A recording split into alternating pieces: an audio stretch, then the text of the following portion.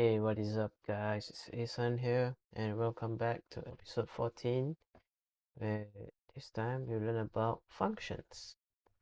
So, this is one of the most important chapters in the whole course. So, of course, you get two videos. So, a function is basically like a reusable recipe. You write the steps once, you give them a name, and then you run them whenever you want just by saying the name. So this is how you stop copy pasting the same code all over and over again across different files. So here's the simplest possible function, def grid. So def is like define grid, parenthesis, colon. So this is the header. Then indented underneath, which is the body.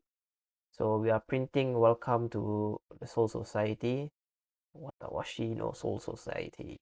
And this is the key. So nothing happens when you define it. Defining just teaches Python the recipe. It only runs when you call it like this. And because it's a recipe, I can just call it again how many times I want. So there's no copy pasting. Just one more rule, you must define a function before you call it, by the way. So if I were to do this, then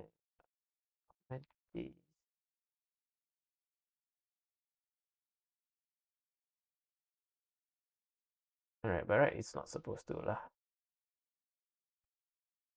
Yeah. So again, just to reiterate that you can do it all over again how many times you want. So you can just do for I in range of 8. Then you do greet, do a follow, and it will greet. It will print out 8 times. Yep. So functions get powerful when you feed them inputs like this. So this is what you do for an input. This is what you call an argument. So I put a name inside this parenthesis, and now the function will use it. So let's say I call greet Ichigo. It will print out welcome Ichigo because name is here. So Ichigo will be used here as well. Same thing with Rukia. Just same recipe, but it's a different input each time. Let's say I do greet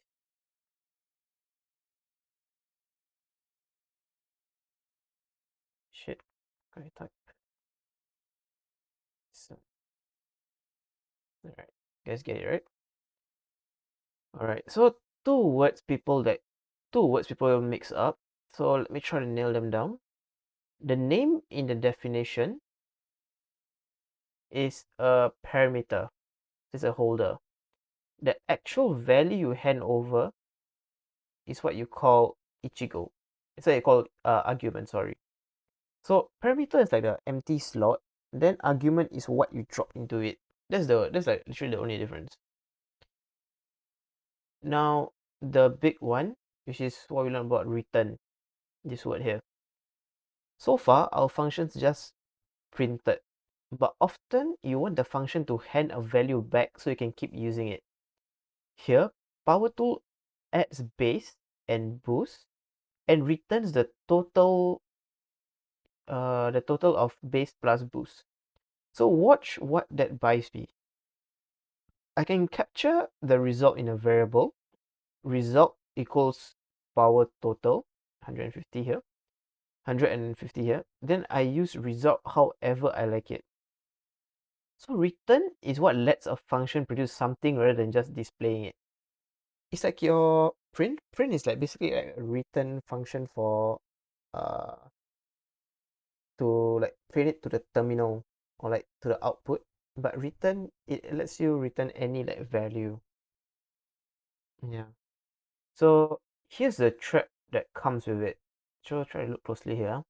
So this function add only prints. It has no return value. Remember, there's no return value. So when I call it yes, it prints 5. But if I try to capture that in X, then I print X here, I get none. Why is that? Because a function with no return gives back nothing, this catches people all the time. They think because it printed, they got a value, but they didn't. If you want to use the result later, you must return it. So printing is really like for your eyes lah. Like returning is really for your code. Yeah. Let's say if put here return a plus b. Print, see, 5, because x now add here returns 5, which basically means add is equal to 5. Then 5, then x will be assigned to 5. So when you print x, it will just return 5. Alright, so this might be a bit confusing, but I recommend you to really like search up and really be clear about these parameters and arguments and the difference between return and print and why they're both different. If you have any questions regarding to this, please ask me.